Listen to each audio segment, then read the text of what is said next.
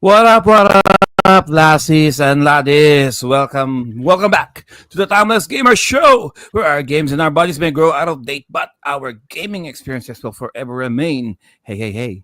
It is still timeless, and the show is now streaming live in Facebook, YouTube, and Twitch. And for all of our previous episodes, you can still check them out by going to the YouTube channel, Timeless Gamers Show, or just checking out our website. It's timelessgamers.com. Or you can also listen to us to the major streaming platforms out there. Just type in Timeless Gamers Show. You can also send us your suggestions, comments, insults, what have you. Send it to timelessgamers.show@gmail.com. That is timelessgamers.show@gmail.com. And we also would like to take this opportunity to show our appreciation to BitMap Books and Streamyard for all of your retro gaming history, properly and colorful documentation. Go check our BitMap Books link down there, and of course, if you want to start your own podcast, webinars, or whatever, you can just go to our link leading to Streamyard. And of course, a quick shout out to one of our retromancy cohorts, shuffleemporium.com, where you can get all of your trading card goodies, Pokemon, Yu-Gi-Oh, even Final Fantasy, Dragon Ball Z trading cards, and other anime related goodies.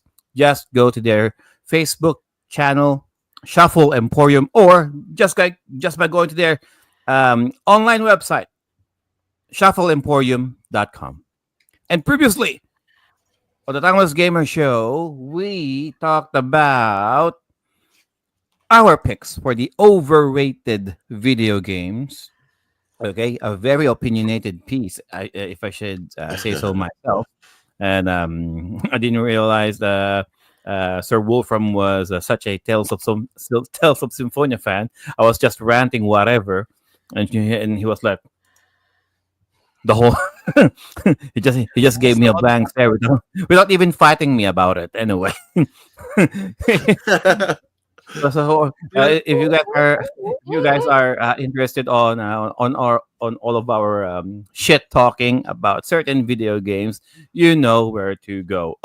So for this week, we are going to talk about gaming subscriptions, guys. Video gaming subscriptions, and this topic has been brought to us by Sir Drew. Which let's go with introducing our panel for tonight. Welcome back, Sir Drew. Hello, good evening, good morning, and good afternoon, wherever you are listening. So we are gonna be talking about gaming subscriptions for this episode, and it's since the dawn of the all digital world has been clearly being pushed by these companies, and we have gotten a taste of multiples of this, and some actually have the both followers when it comes to the all digital future, when in fact they have already taken down or sold off all of their physical games to be able to have the convenience of getting into an all digital gaming experience, wherein you don't need to do anything else, just download, install, or you could just subscribe and play on the cloud. So we will be talking about this different subscriptions from that is being offered by these different companies. We're going to be sharing our experiences and recommendations, and we will try to do a semi review on this subscription and what our opinions and experiences are. And this is your Pinoy Otaku in Japan. This is Drew, and that's it for my intro. Back to you, Sergio. Thank you for that, Sir Drew and Sir Joel. Hey, good morning, good afternoon, good evening, whoever you are, wherever you are. This is Joel Baklit of the Banyanging Native Facebook page. Been here since the dawn of time and continues to be here, gaming, streaming every now and then, and getting into the discussion of what gaming subscription service will save you more. Because, you know, Money is often one of the deciding factors when we are talking about subscriptions or our gaming habits overall. So yeah, let's get into it. We're going to talk about all the different services and what will be best for you and your pocket. Back to you, Joe. All right, thank you for that, Sir Joel. And of course, Sir Jose. Hey guys, Dark Gothic Cafe, Sir Jose here. We are talking gaming subs, your Nintendo Switches Online, your Game Passes, your PlayStation Pluses. Here to let you know which ones are good, which ones are bad, and I think that's about it. Thank you for that, Sir Jose. And before we go with the main topic, we'll just do a quick show and tell. In this segment, the panel will bring out a few items, geeky items, whether it's video games, music, movies, anything that we have acquired, physical or digital, from the last few days. Let's go with Sir Joel. Sir Joel, what you got? All right. Well, recently well, you guys generally know that I do collect for Microsoft Xbox. Well, for this generation anyway. But recently, there have been a lot of really great sales that have come out on the Nintendo Switch physical. And the one that I'm really looking forward to that I just got this past week hit less than $20 this past week. Let me just turn off my filter very quickly so that it doesn't interfere with what I'm showing. It's Harvest Moon, The Winds of Anthos. I know Harvest Moon recently has not had very good of a reputation, but Harvest Moon, Winds of Anthos is one of the latest games in the Harvest Moon series by Natsume. As you guys know, Harvest Moon split off, or sorry, Story of Seasons split off from Harvest Moon, and that's basically the Story of Seasons series is the original. Is the original creators. Harvest Moon recently have come out not with some not very good games like Light of Hope, if I remember correctly, and Winds of Anthos is going to try to correct that. It has a few mechanics that they are going to be trying to into interact with the farm, whereas it's going to be set in a world where it's extremely windy, so you can use that wind to your benefit. So probably windmills, probably traveling by air, things like that. So it's a little bit of a twist on what the Harvest Moon formula is all about: farming, fishing, hopefully, and a lot of other things that are related to the Harvest Moon franchise. And very quickly, I know Joe said that we're supposed to only show one. Just wanted to show Atari 50th Anniversary Collection. The Steelbook, expanded Steelbook edition. I got this off of cheapoffwood.com. I think I got it for $15. 150 games inside of it. 140 games inside of it. Steelbook, Steelbook case inside. So there. I think I'm gonna keep this wrapped up. But yeah, generally those are my acquisitions for the week. One really old school Atari, one relatively new Harvest Moon, and yeah, we just go for physical as much as we can. Back to you, Joe. All right, thank you for that, Sir Joel. Well, how about Sir Jose? What you got for the class?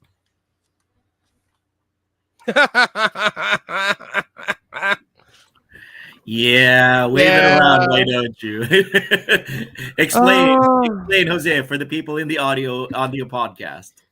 This is Lunar Remastered Collection on the Xbox. Sir Joe. Yeah, Joe is experiencing a seizure right now due to heresy. Anyway. Yes. For those of you not in the know, Lunar Remastered Collection launched just yesterday. Am I remembering correctly, or the other day, Jose? I think it was just yesterday. Just yesterday on physical, and it came out on Nintendo Switch, Microsoft Xbox, and Sony PlayStation 4, not 5, PlayStation 4. And Jose just displayed his copy of Microsoft Xbox Lunar Remastered Collection, which is a compilation of the original Lunar 1 and Lunar 2 in remastered format, better definition graphics, quality of life improvements, if I remember correctly, Jose, right? Yeah. Yeah. And yeah, that's it looks like Jose is extremely proud of his acquisition. All right. All right. That's it. That's Yeah, it. that's it. I'm gonna leave you with that Nice, CG on next. nice. Right. I All have right. So it's just so wrong. But it feels JRPG so on an right. Xbox. It feels so wrong. It feels so Hey, dirty. if I have the option to get it on the Xbox, I'm gonna get the Xbox too. Yeah, I absolutely. just No. I, I What? I'm at the point that I'm gonna No. get whichever version shows up first on Amazon Japan. Yeah, Mm. hmm it's true. It's true. And well, I'm pretty sure the physical Switch will contain both games on the cart anyway. So yeah, that's also a viable option. I just hate it when they, like in Monster Hunter Stories, if I remember correctly, Monster Hunter Stories 1 and 2 on supposed to be on the cart, but only one is actually on the cart and Yeah. 2 is a download. They So that's also they also did that for Final Fantasy 10 and 10 Yes. two for the oh, Vita. really? Oh, Yeah, that's they Yeah, they did. did it. They've been doing it for such a long time now. So when the news about the Switch 2 keycards came about, I was just like, eh? mm, It's nothing new. So no surprises. Eh? Um, I mean, I do have I do have the Lunar remaster as well for the PlayStation 4. I'm not gonna show it because repetitive. All I'm gonna say, okay, the Lunar series belongs to the Blue brand. Okay, whether it's Sega or the PlayStation, it's not yeah, supposed yeah. to be anywhere. It's not supposed to be anywhere else. Keep It's telling just yourself that, John. We'll take uh, your other property to like God of War or something. Yeah. Yeah, it's but so I'll just show mine. I mean, I have a few, but any, I'll just settle with this. Okay, I'll anyway, just can settle I with stop this. you for a bit, sir? Sir Joe. Can I ask what Yes. is the color of PC anyway? So we got Xbox for green, we got red for Beige. the Nintendo. PC is beige. Beige. Okay, okay. Mm. Really? Anyway, I thought it Sir was Joe. white or gray. For my show and tell, I got Trails in the Sky for the PSP and Trails of Oh, Azure for the Switch. Mm. Nice. Because of the announcement that they're going to release, which is weird. Why are they doing this? Falcom said that they're going to release Tales of Daybreak. No, Tales Beyond the Horizon for this last quarter of 2025, and they're also going to release Trails of the Sky remaster remake. Oh my god! Uh, and they're gonna instead of using the 2.5D sprites, they're gonna really blow them up in humanoid form. So they're gonna make Trails in the Sky pretty much the same sprites that you see in Cold Steel and Daybreak. So yeah, can't wait for those. And I said, okay, if I'm gonna just to make sure that I'm pretty much up to date with my Trails games. I'm currently playing Trails of the Sky for the PlayStation Vita, and then I'm going to work my way up throughout the trilogy, and then I'm gonna work out to Trails of Azure duology. That's why I got this for the Switch. I already got Trails to Blue.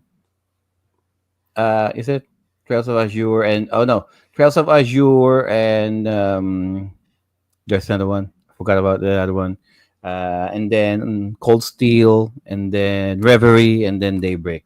Anyway, Actually, Joe, I got I think I was it JDM who shared with you the video. Good alternative to Final Fantasy. Would this series, the Trail series, be a good alternative to people who are looking for something aside from Final Fantasy? The Trails in the Sky series. Side question. if um if you want the best way to describe Trails, it's like Harry Potter. It's like Star Wars. It's like Lord of the Rings. It's one whole big world building. Okay, everything's interconnected somehow. Unlike your Final Fantasy, it's just isolated per one universe at a time. Yeah, the only Also, connection is the it's name the Final most Fantasy. That's it. expensive. It's the most expensive RPG series to get One into. of the most expensive. Dang. Hmm. Okay. And Wow. the way that they keep releasing these titles yearly, sometimes Hmm. two games in a year, that's Two one games of in a the year. most. Yeah, it's They, it's they really work really fast. intimidating.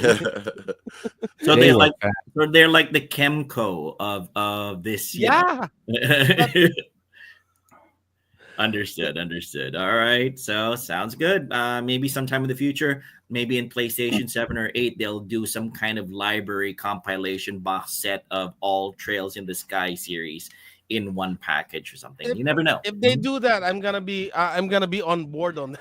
There you go. We can play that when we're at the old folks' home, Drew. Yeah. Okay.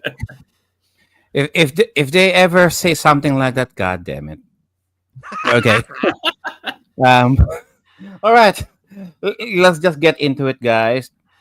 Gaming subscriptions. Now, personally, I'm not really signed off with any of the gaming subscriptions out of the moment. I mean, I do every once in a while partake on PlayStation Plus, but if there's a game that I really want it there and and there's no way for me to get it physically, it's only available digitally. Sure, I'll get that. If I can, I've also signed up for Steam, but I don't really get my games from Steam either. I mean, like my PlayStation Network Plus. If there's a game that I can only get there on Steam, I'll get it from Steam.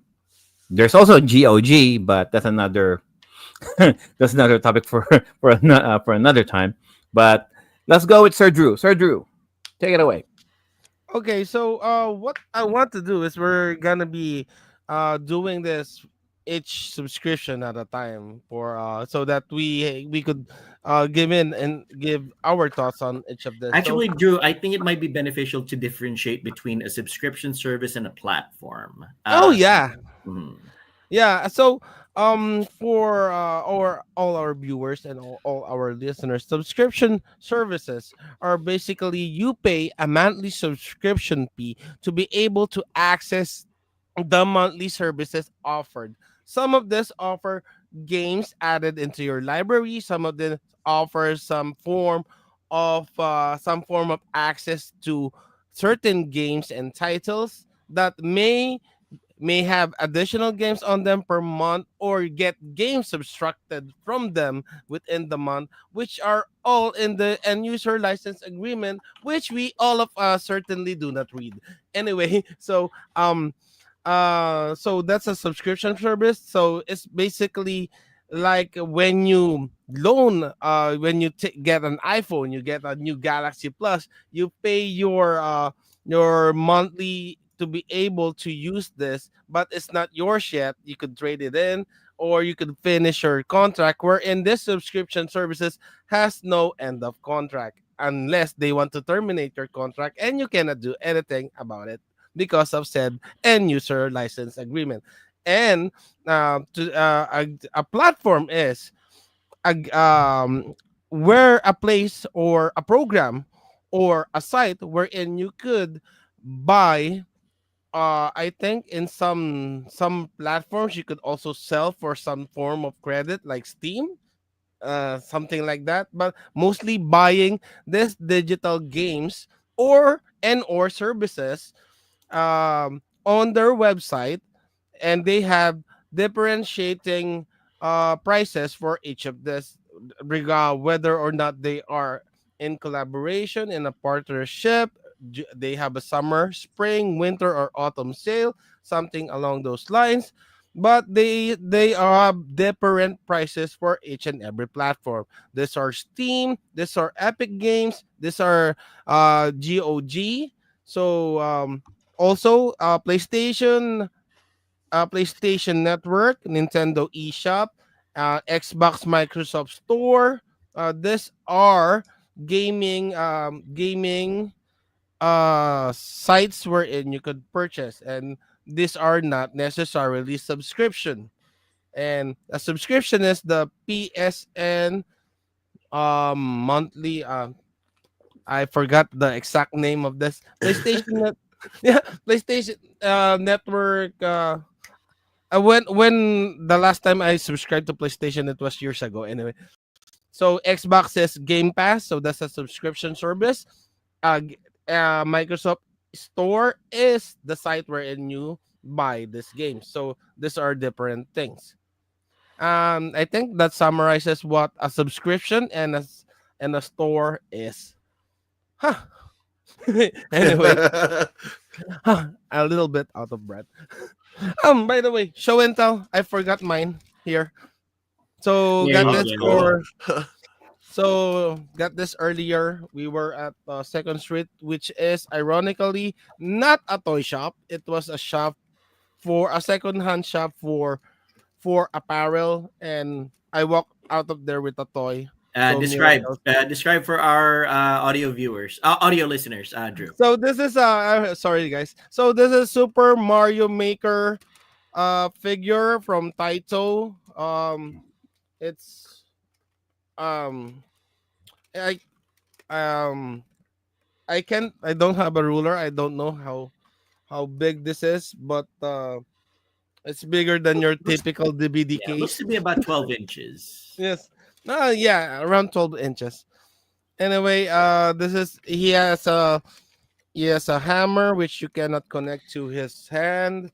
He has the helmet. So basically, what he looks like is he looks like the cover of Super Mario Maker. So I got this. I got this because at work I usually have the safety helmet on. So really like this guy. Anyway, also bonus for the show and tell. I'm into collecting Super Robot Wars basically right now. So been buying them for 200 yen each. So I got well, the DS are not 200 yen each. These are around 20 bucks each. So I got Super Robot Wars L Oh, and K for the DS and Super Robot Wars OG OG Kai, these are 200 yen each. Kai, I got Super Robot Wars MX, the one with which one is this? The one with Daimos. And Impact, the one with Ninja Robots. I think I almost started singing that one and Super Robot Wars Alpha Third. And that's for the Drew show and got tell. so many Super Robot Wars that he ran out of the alphabet and he has to go into the Greek already. Okay. right. Yeah. And they actually gonna be releasing Y this year. Oh my god. So it's gonna be 31 games in total for Super Robot Wars with the release of Y. Yep, I Anyway, was right. You ran out of I mean, of the English alphabet and has to go into the Greek already. There you go. yeah,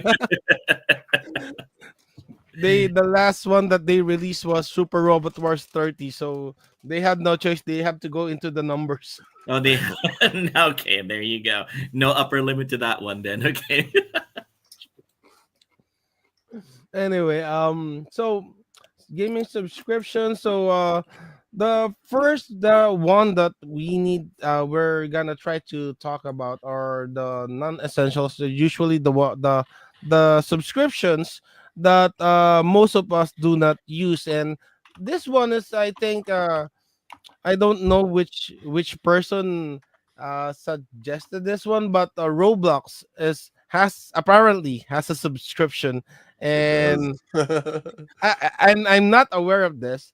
My children played Roblox for a short amount of time, so I'm not really that familiar with this. So anybody from the panel acquainted with Roblox subscription? A little bit. A tiny bit. Well, from my knowledge of Roblox and my Roblox addicted daughter, who's right here, uh, Alexandria, describe.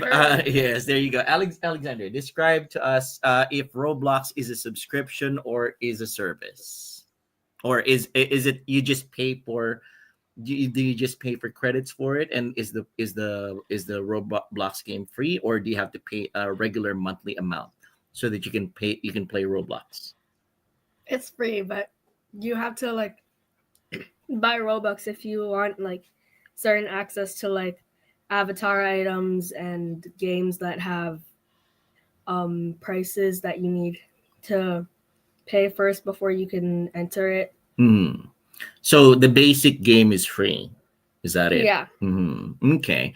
And when you want certain things like that hat, or if you want access to a particular server, you have to pay for it. Is that it?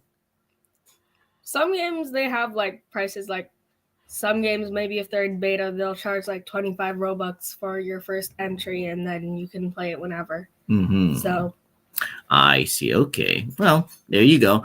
That's Alexandria's take on what Roblox is, and she's going to be our special episode on our special Roblox episode sometime in the near future. She is going to be the panelist substituting for me. Thank you very much, I'm Alexandria. substituting for you entirely. Yes, you are.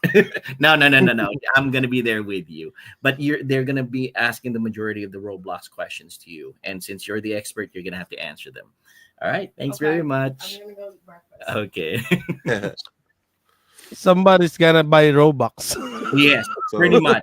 there is a subscription service called Roblox Premium, Oh, and okay. it's got 3 tiers. It's $5, $10, or $20. And that's on a monthly basis. And what do you Yes. get when you subscribe to it, though? Depending on the which one you get a certain amount of Robux per month. So for $5 you get 450 a month, $10 you get 1,000, and $20 you get 2,200. And it says right here you also get exclusive items and discounts, get access to premium only items and special discounts in the avatar shop. And you also get access to premium only levels, items, boosters, and more. So it's basically a regular. You're basically topping yourself up regularly, and you get free stuff. Yeah, and then if you do try to top yourself off with more Robux, you actually get 10% more if you're subscribed to the premium. Okay, insidious. Okay. Is it Sir Jose, is it as dangerous as a gacha game? This subscription service, this store that Roblox offers, is it could we say, is it predatory? Is it dangerous to kids? Do they spend ridiculous amounts of money playing Roblox? Okay, well, let me see. Let me pull something up for you really quick so I could show you how dangerous this fucking game is. So, my kid plays Roblox every fucking day. And every week as an allowance, he gets around $10 as long as he does his chores. Okay. Yeah, that's. He usually asks for a $10 gift card in Robux. And just for the $10 one, like I'm on Amazon, and you know when you're on a page and it tells you that you purchased something before, we've purchased this $10 Robux 52 times. Okay, $520 then, basically. And that's not even including physical cards that we've seen in the store and been like, oh, he deserves. Yeah, see, I bought the $50 one 3 times, the $20 one 2 times, the $25 3 times. But that's the thing, though. You are showing him the value of the money because of the fact that you are giving the Robux to him, because of the fact that he's responsible enough to have done his chores.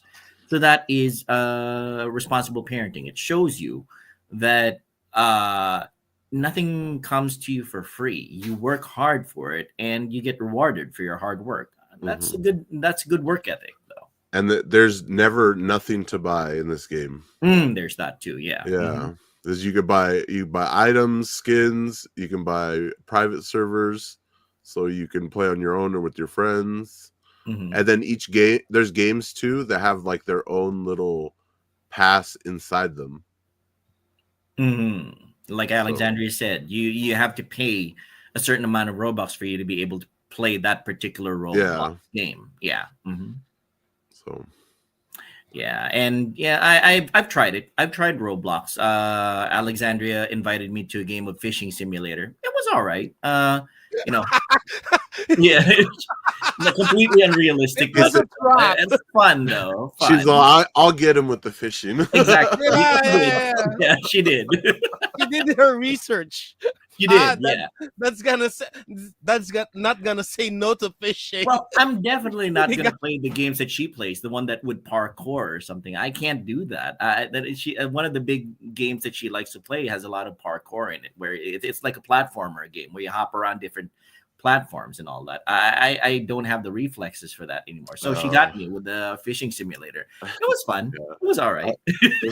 There's games like that on Fortnite that I play. There you Jumping go. around. Okay, I mean, the think- only the thing about Fortnite though is they're marketing Sabrina Carpenter heavily right now. I don't know. I mean, Yeah. it's wild. It's mm, pretty wild. And if you just saw the Fatal Fury the trailers, mm. they got Ronaldo and a DJ. Yeah. It's It's pretty so crazy. wild. I don't even know who Sabrina Carpenter is. First, I heard her name. I thought, is she some kind of granddaughter of Karen Carpenter? But Espresso. it's- Yeah, yeah, I don't know. I mean, but then again, yeah, that's how it is. So Roblox, it turns out it's not just a platform; it's also a subscription service. I didn't know that. All right, cool. So we're gonna do a segue to Fortnite with since Sir Jose has already brought it up. Sir Jose, go ahead Okay, and so educate us. Fortnite, like Roblox, also has many things you can buy, but they also have a subscription service, which honestly is not a bad deal. Because, okay, well, hear me out. Okay, so every so many months together, Fortnite has what they call Battle Pass. You can unlock exclusive skins, stuff like that, and it's about 850 or 900 V-Bucks, which equates to like $9. But they also have this thing called Fortnite Crew. It's $12 a month. You get the Battle Pass included, plus every month you get 1,000 V-Bucks to use on whatever you want. And just recently, they started adding different battle passes. So the music portion has what it used to be called a festival pass, and that on its own used to be 1,800 V-Bucks, and then they lowered it to 1,400. And then there was a Lego pass because they added this big ass Lego section. And I forget how much that was, but they just made it so that if you buy Fortnite Crew, you get the battle pass, you get the festival pass, you get the music pass now that it's called, you get the OG pass for the OG section they have now, you get the Lego pass, and then you also get the pass for Rocket League plus the 1,000. So it's actually a better deal now than it was before. So you get all this other stuff just for $12 a month, and it's a really good deal because most of the skins are at least $15 on their own, and that's not including any of the back bleeds, the gliders, or any emotes and stuff like that. And you get a lot in the battle throughout all the passes. So Fortnite Crew, it's a good deal. If I had a creator code, I'd share it, but I don't. My son used to be so addicted to Fortnite. Now he switched to Genshin, so another addictive game. Yeah. And I felt Sir Jose's emotion earlier with the Roblox when he dropped some F bombs. you could feel how much he has spent on a game that he doesn't even play. Oh, anyway, so So, based from Sir Jose, Sir Jose recommends the Fortnite crew. So, if you're gonna spend money on Fortnite, you really enjoy Fortnite. So, Sir Jose recommends the Fortnite crew. So that's a subscription service. Anyway, so moving along, um, we're gonna be talking about EA Play. EA Play is a subscription service, and it is also a store. Am I correct on this? It used to be Origins. It used to be EA Yeah, yeah. Origin, and back when this was launched, I think it was when the original Battlefield 2042 was released. Was when the EA store, the first EA online store was released back then. And so it was very wonky. It was really, really bad, and people were not getting their games on release day, even though it was an online service. And I know this for a fact because I used to be a technical support representative on EA before, and had dang the cost and the frustration of all the customers back then. Not it was not a good place to be in when that shit hit the fan. Anyway, um so after that I had no more experience with EA, although it does no, it is also in a collaboration with Game Pass. Is Am I correct on this one? Yeah. Yes, I was about to Yeah. say that EA Play is now integrated into Game Pass, Microsoft Game Pass, and you can play up to I think 16 EA Play games on Game Pass as long as you subscribe to Microsoft Game Pass Ultimate tier, so you get all Mm. of it. Yeah. Are they still giving away free games? Not that Uh I know of recently. No, they used no, to. no. They used to They used to. give away Yeah. games. I got Wing Commander and I got if I remember correctly, the Command and Conquer Generals game on EA Play long ago. But no, they haven't done that at all recently. The big name in terms of giveaway recently is Epic. But yeah. Mhm. Yeah, it even has a counter that reminds us that when we would be able to get the new mystery game. And they're no slouch either. There are some awesome games on there on their giveaways. I recently got Ender Lilies, I think. So that's an awesome platformer. Um anyway, going back into EA Play. So slightly tied with Game Pass since they are in a collaboration. So when you have Game Pass, we're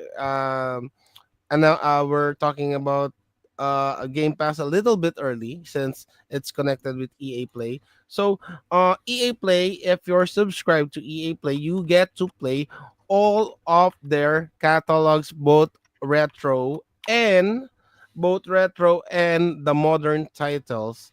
But I'm not Retro how? retro as in retro, that their old catalog, the Yeah, old. Like, games like Alice even Madness from, Returns, if you remember that one. I mean, how retro are we talking about here? Like EA, If like it from the 16-bit era EA? No, not 16-bit. No. 32 would probably be about as close as you can get. Yeah. So, so the earliest would be Xbox 360. Yeah, pretty Yes. much. Mm-hmm. Okay. Mm-hmm. And it actually has the logo on there, and this is accessible on both the Series X. I I'm not sure if it's still accessible in Xbox One. I don't own an Xbox One. Anyway, Series X and on PC. So they're both available on those platforms. How Another much? question. It's $5 a month. Five $5 dollars. a month. Yeah. You can also subscribe through it through Steam. You had a question, Joe. Oh. Oh, uh, does their catalog also include the games from the developers that they acquired over the years? Westwood Studios, for example. Some, yes. Yeah, Mhm. some. Some. So, Mhm. so You'll get more on for the minutes PC. of those who are watching and listening, so I'm not sure if Red Alert, Command and Conquer Mm, games are yeah. here.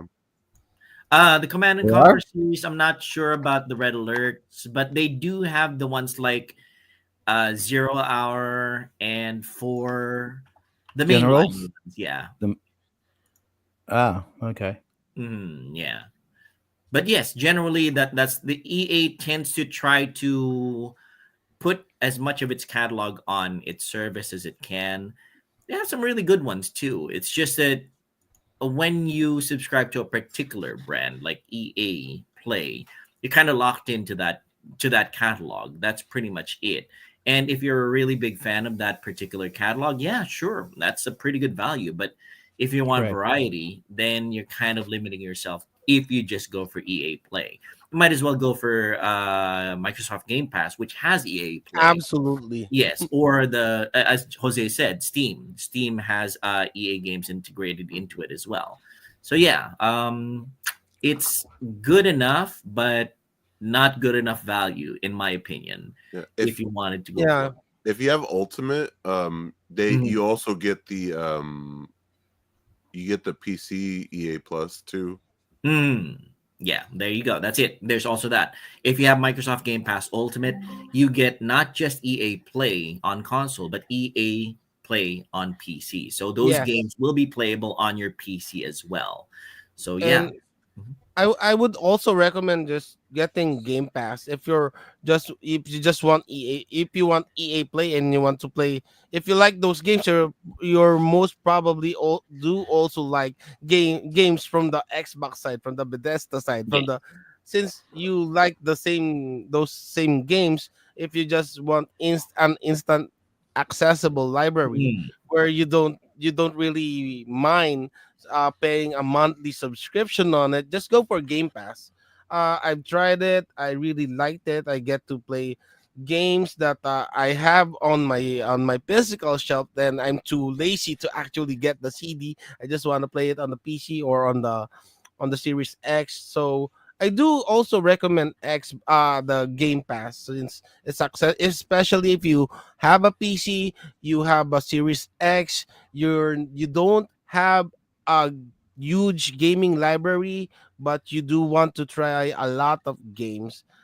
For a subscription service, I this is the one that I most recommend getting, because it's instant gratification. You instantly get it you instantly get the access as long as you're subscribed to the service. Now, the con of this, if you stop subscribing to the service, you everything that you have, everything that you can experience, of course, also stops. And I know this might sound stupid me explaining this, but I would get to that fact a little bit later when we get into another service platform.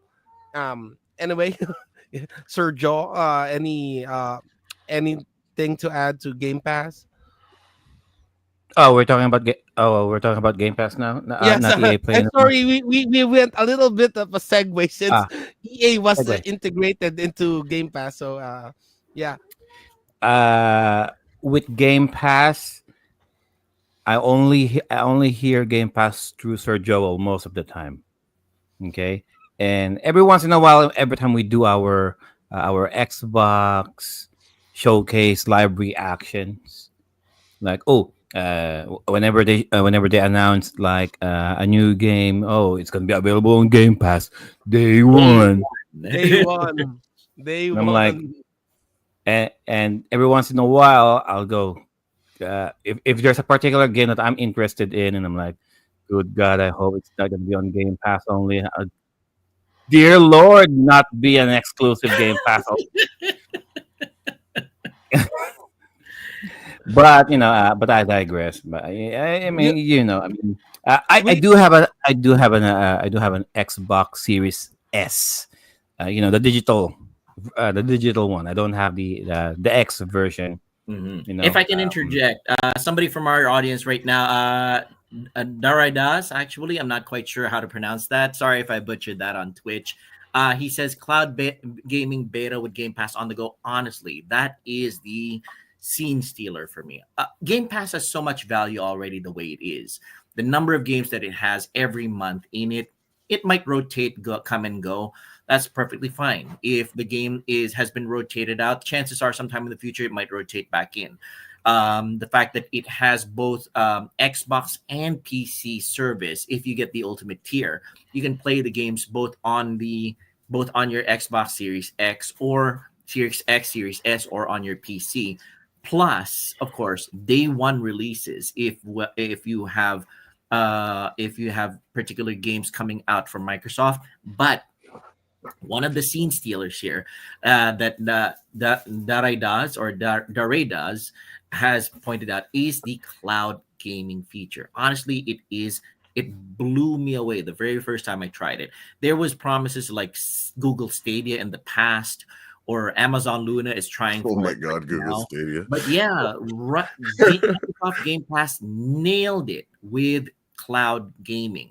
We're talking like I might be somewhere outside right now, but I can pull out my cell phone with Game Pass on it and play a cloud-based game, and continue where I left off at home. Like maybe I am playing something like this new game that just came out on Game Pass the other day, Crime Scene Cleaner. And it's like House Flipper, where you instead of renovating houses from scratch into a livable space, you go into a crime scene and you clean it.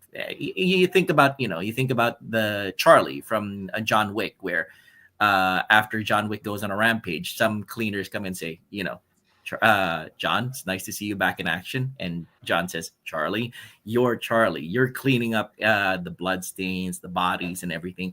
I can stop my game at home, and then while I'm outside, while I'm waiting around for, I don't know, my for the post office, I'm playing on my cell phone, continuing my game of Crime Scene Cleaner, cloud based. I'm running it all over my cell phone, over mobile data, and it is a game changer for me. Honestly, I'm not going through that portion anymore, where I'm stretching out long periods of time where I wasn't able to play a game for a couple of weeks and I go back to it and completely forget it. No, I can continue the game where I am if I have downtime. So honestly, it's Microsoft got that part well. The cloud-based gaming. Sure, it's you don't technically own anything, but what you do get when you pay for that service is the experience of the games while you're traveling, while you're on the go, and on any platform you might like. You can play it on your PC, you can play it on the Xbox, you can play it on your tablet, you can play it on your cell phone. It's if you have a good enough internet connection, you get to play wherever you are and on the go. Jom and Ten has uh, some contradictions to that, though. Yeah, Game Pass is equal to a scam. Maybe, possibly. Some people might say that it is. Yeah, some people might say because of the fact that it's part of the discussion. As a subscription, you don't particularly own any of the games unless you buy it. Every service that we have mentioned so far, Sir Joe Marcus, everything is a scam. Well, yeah, that's true. That's true. All of the services we mentioned so far, we keep Mm. saying, it's a scam. It's another scam. I feel Scam. like Sir Jomar has a particular service that is waiting to be talked Oh about. yeah, But yeah, absolutely. and Yeah. I actually really 100% agree with Mm. Sir Jomar on that part. But before that, and before I forget, one more thing that I do like about Game Pass is that it's partnered with Riot Games. And Mm. for those who are not familiar, Riot Games is the creator and the publisher, developer of games like League of Legends, Mm. Valorant, uh, League of Legends Teamfight Tactics, among other things that are in the League of Legends in the Runeterra universe. Anyway, since they're partnered with it, when you are subscribed to Game Pass, you get to use all the champions in League of Legends or all the agents in Valorant. And this is actually a nice bonus since it actually takes a really really long time to unlock this champions and agents. And when you have Game Pass, you access it through that as a subscription. It's included in Game Pass since they're partnered with them. You get to try this champions and agents before you buy them. So I played League of Legends for 4 years before the change of the map, before the map got HDified, and it takes a week or so of countless hours of gaming to unlock.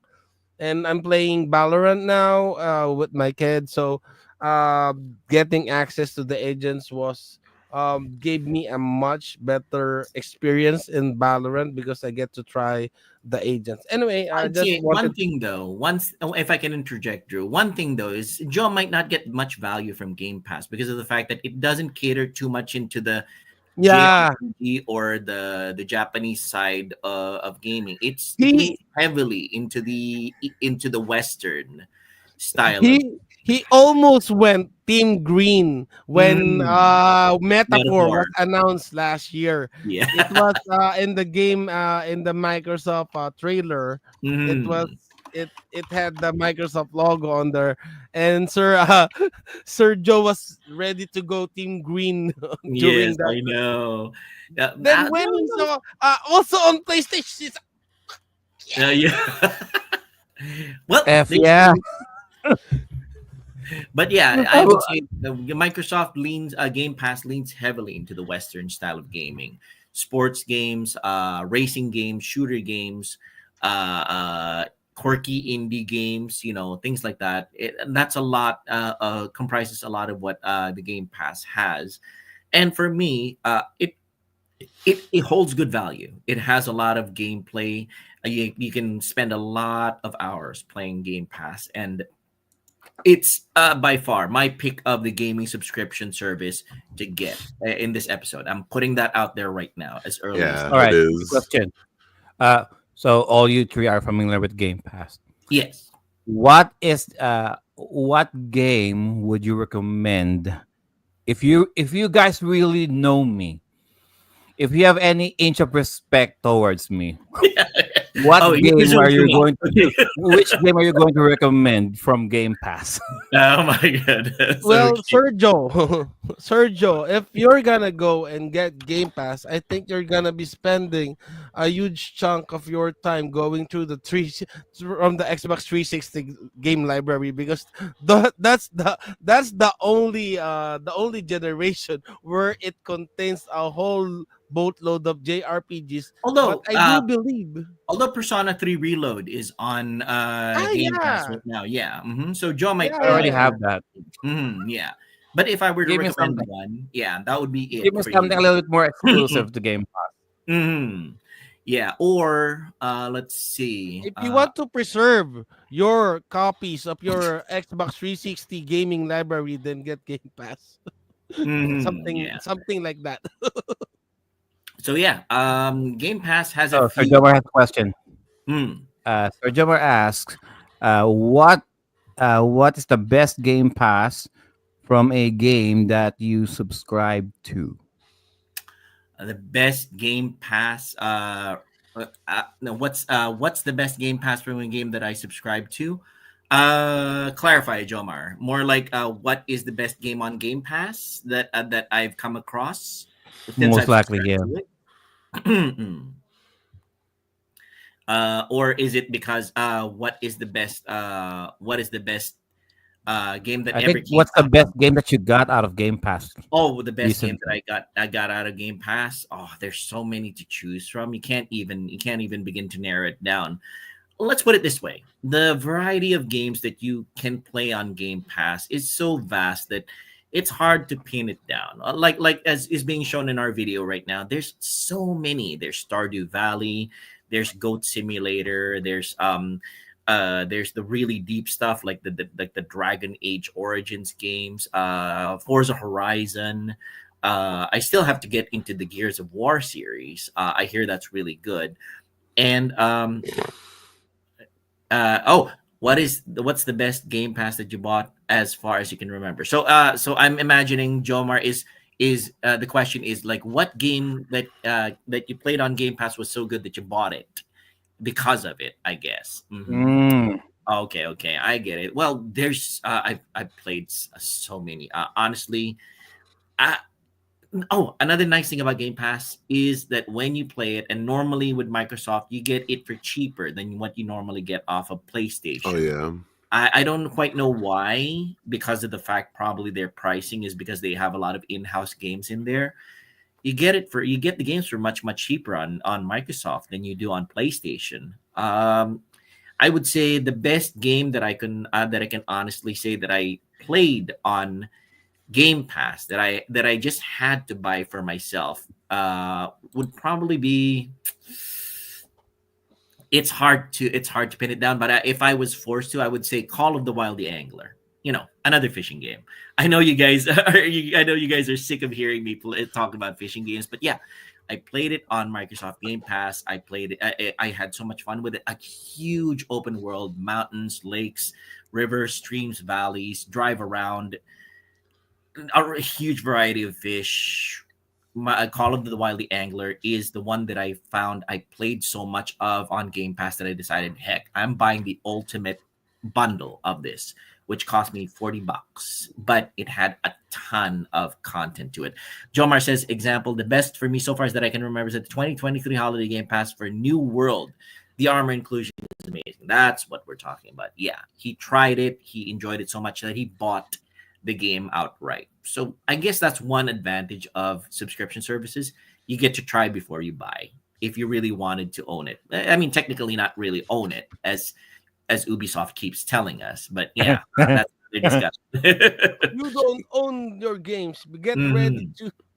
When Game Pass for the longest time had like this crazy like little not so secret deal you could do where you could stack up to 3 years of just Xbox Live. Yes. Like just the multiplayer. Yeah. And then you could convert it to Ultimate for $1. Yep. And it would make you have 3 years of Ultimate. Yep. And this went on for like 3 or 4 years, and then all of a sudden they were just like, nope, not anymore. Yeah, no, I availed of that. That's what got me into Game Pass. You bought, I think, $60, $180 worth of Ultimate for just $60 and paid $1 extra. And question, you got guys. So I froze I froze the screen here. What Okay. game is this? Let's see. I can't tell. It looks like. Oh no, I don't think I've tried this one yet. It's a third person. I thought it was a first person one.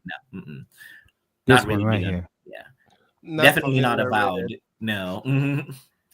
Something I would play. This one. All right. Well, we'll look around for that one. We'll use I chat don't know what GPT is to this. identify What is the identify the frame. Anyway. It might have a description at the bottom, Joe. No, I'm looking nothing. That's Towerborn.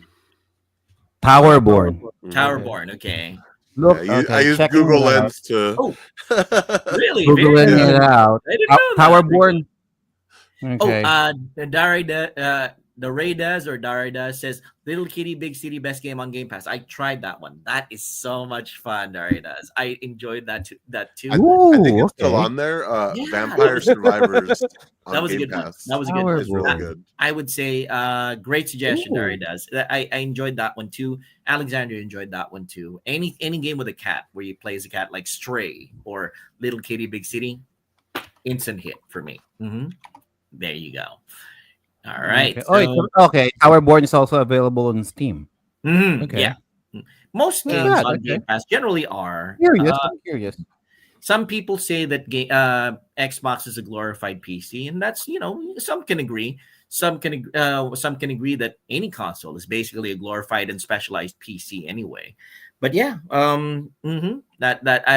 I guess Joe has found his game. All right, continuing with the discussion.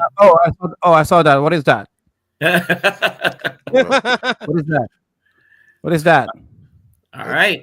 Next that's service. Genshin, Shall isn't we, it? shall we discuss I saw the some other anime side? waifus in there. What is that? That's Genshin, isn't it? Oh, that's Yeah, it looks Genshin. like Oh, it's fuck that. Genshin. No. Yeah.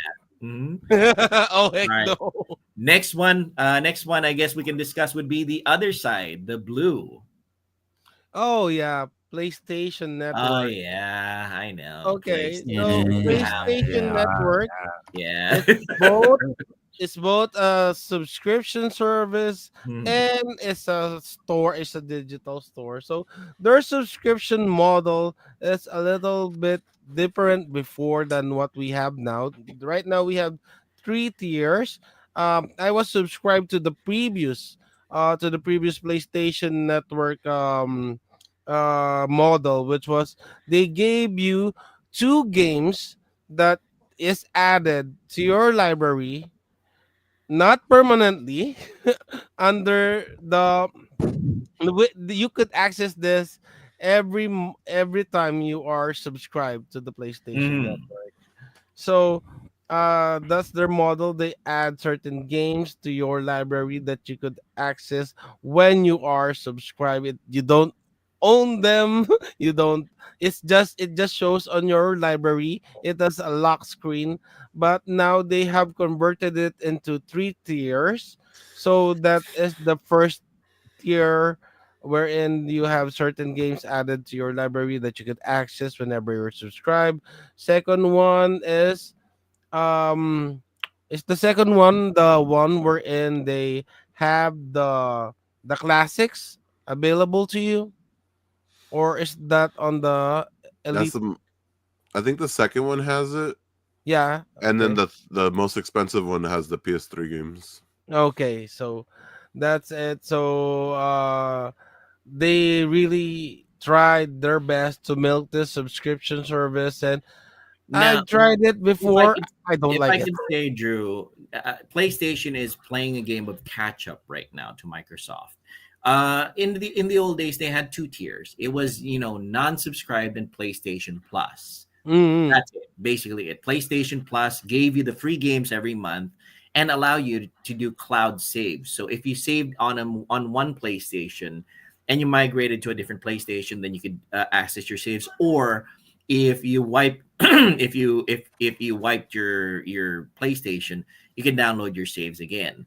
So that was the basic idea of PlayStation Plus. Now, three tiers. They're playing catch up, 10 years worth of catch up to Microsoft, and they're trying their absolute best to try to match Microsoft's cloud gaming service on Game Pass and trying to add libraries to their system. And honestly, Sony is got too complacent with Yeah, their lead in the market yeah. in the past decade or so.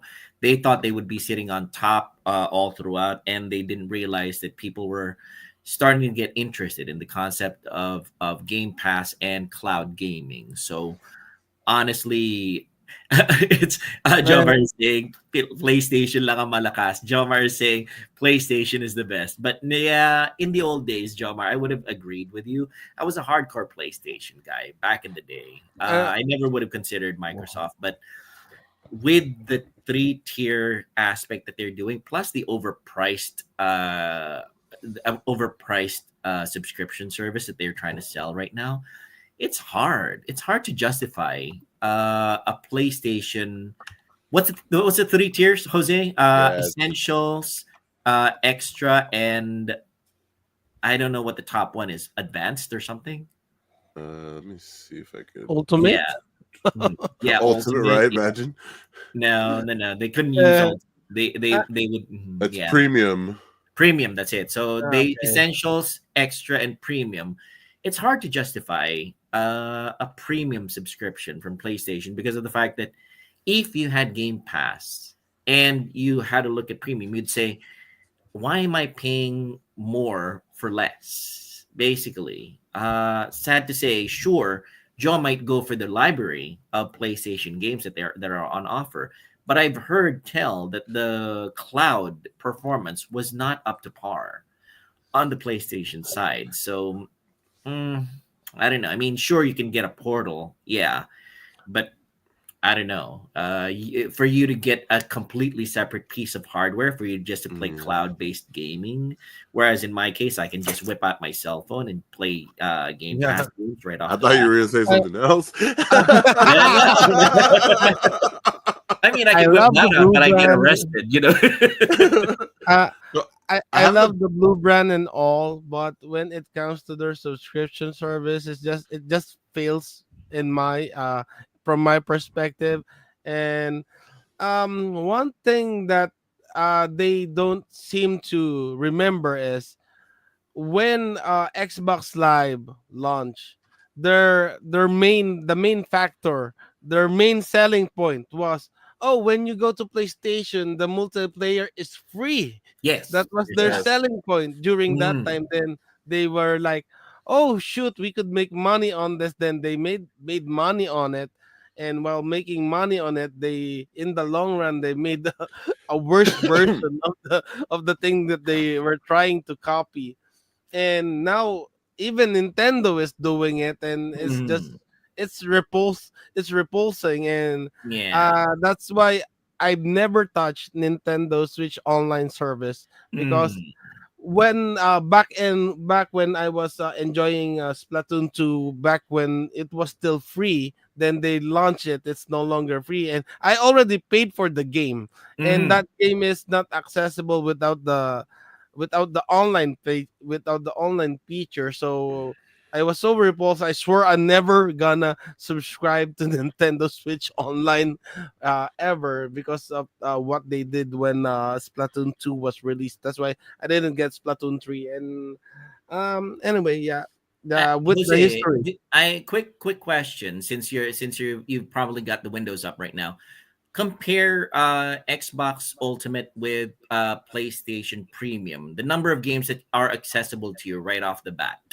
Once you have the top tiers, let's do a comparison of the games that may be available to you via Xbox versus the games that are available to you via PlayStation Premium. Could you do that for us? While Jose is pulling that up, I'm not quite sure. Also, another thing is the PlayStation interface recently. I've tried it. Seems a little bit more confusing than the Xbox interface when it comes to its subscription service. Like, I don't know where to go when I want to look at what's available in for games like that. Skill issue. Skill issue, possibly, yes. Also, interface design, whoever the UI designer is, needs a little bit more in terms of user friendliness lessons, I guess. But yeah, if you're gonna cater to somebody like me who is in there for the convenience, I guess the word of the day in terms of subscription services is cost and convenience. Those two things for me. If it costs enough and if it's convenient enough for me, I'd subscribe to it. If it causes me discomfort or inconvenience in trying to find something that I want, if I'm spending more time looking for a game to play rather than playing it, I'm sorry, but you've lost me. Yeah. So yeah. Jomar says PSN is friendly. Maybe not, but that's my gripe when it comes to the next service that we're going to be talking about, the Nintendo Online service. But anyway, that's going to be later on in terms of convenience. Anyway, Drew, you can continue. Yeah, so as I was saying, since we're gonna be doing a segue while waiting for Sir Jose Okay, I got a to number. tally up I the got a game. number. I All got a right, number. let's have the number, Jose. Okay, so on PlayStation Plus, there's 606 games available. Nice. Okay. Okay, and then on Xbox, this is where it gets a little tricky because it has two different numbers for console games and PC games. Mhm. Because Xbox Game Pass for PC does have certain games that are only for PC. Yeah. But for console, it says there's 479 games. Okay. And for PC, there's 441 games. Mhm. Let's focus on the console games. If you're gonna subscribe purely on console, PlayStation has the advantage in terms of numbers. But if you want value like PC and console, then Microsoft is the way to go. The thing is, too, Microsoft has a lot of big heavy hitters day one Game Pass games.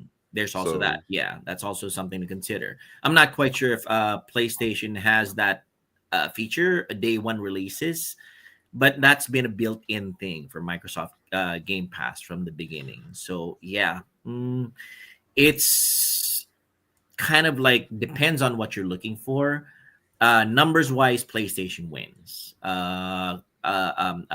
Features wise, I guess Microsoft takes the edge. All right. Drew. Okay. So having said those Oh, things, I see. I see so what I see what Jomar is saying. PSN is friendly, and his next line goes, "They took my money and said thank you." and Okay, I get we what you're took saying. your money. Sir, say When the I'm Raiders just lying. had something to say about that. Every service takes your money and says thank you. Like when Mm, you buy something with a credit card, they take it fast, but take 7 to 10 days to return your money. pretty much, yeah. Yeah, they're quick to take, but really, really slow to give back. Yeah, what can I say? It's oh, and business. PS Plus does include well, depending on the tier, does include the Ubisoft Oh, it does. maybe. Okay. Okay. I think I'm not quite sure if Microsoft has some Ubisoft games in it on the Ultimate side. I think it does, like the Assassin's Creed series and everything, right? Yeah, it has some. Oh yeah, yeah, I saw those. There you go. So yeah, I still have to get into the Assassin's Creed. I hear Odyssey is really good, but anyway, we'll try that in the future. Yeah, so it's manager's choice right now whether if you want to go if we want to go mid episode break or shall we continue? Yeah, we Okay, could do well, a mid. let's. We could do Nintendo just to complete the big three first. Then let's do the. We could do the Mm, break with our sponsor. all right, sounds good. Okay, So okay. so with Nintendo Switch Online, it is a subscription service. You could have access to their retro games. I think with Nintendo Switch 2, as Sir Dareda said on the comment section, GameCube's gonna be added into the service. So one thing that Nintendo has, and this is one thing that Nintendo knows and it's proud of, is its franchises. And it is something that you could only get in Nintendo because of its exclusivity. So, as far as consoles go, I believe that Nintendo is the only true exclusive console going forward, and hoping hoping that I know many people are actually gonna be against what I'm about to say, but I do hope that Nintendo does keep their exclusivity because there's just something about a Nintendo console. No matter how much we bitch about it, how much we complain about it, we're still gonna buy this Nintendo products because it is ingrained into our systems because it has a certain Nintendo flavor that you get with their video games, with their franchises that you can't seem to be replicated with the blue and the green brands. Anyway, as I've said, I haven't subscribed to Nintendo Switch Online because of needing it to play Splatoon, and I do enjoy Splatoon. Anyway, any thoughts on this, Sir Joel, Sir Joel, Sir? Um, I get him blank. sorry, sorry, this I got is I got blank. this is the online service they have the most complaints over.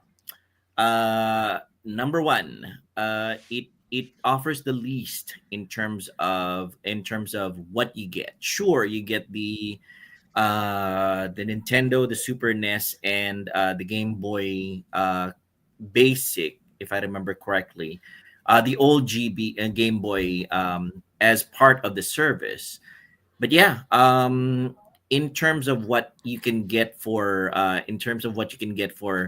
otherwise, like cloud saves and everything, it's very sparse. They really know how to get as much money out of kids as possible while providing the least amount of value. sure, it comes out with a new game on their retro catalog once every 3 or 4 months. I'd say it doesn't mean it's not even once a month that they come out with new games. It's once every 3 or 4 months, and it's really the only thing that it has going for it is the fact that you are going to be able to get the you are going to be able to get access to the online multiplayer portion of it. Yeah, if and Nintendo really hasn't been all that big on online multiplayer, really. They're trying to catch up right now to the big two, Sony and Microsoft in terms of online multiplayer. But yeah, Nintendo most costliest with least amount of value, and of course their family plan too, that you have to pay for that too, and extras if you wanted the expanded online Nintendo online service with more like N64 and stuff like that, you have to pay more. Like, dang, Nintendo, come on. I know you people love you, but you can only stretch the amount of love that you have for a company before you realize that you're being abused already. What's the psychological term for that? Stockholm syndrome, where you're held hostage and then you're fall in love with your hostage taker, something like that.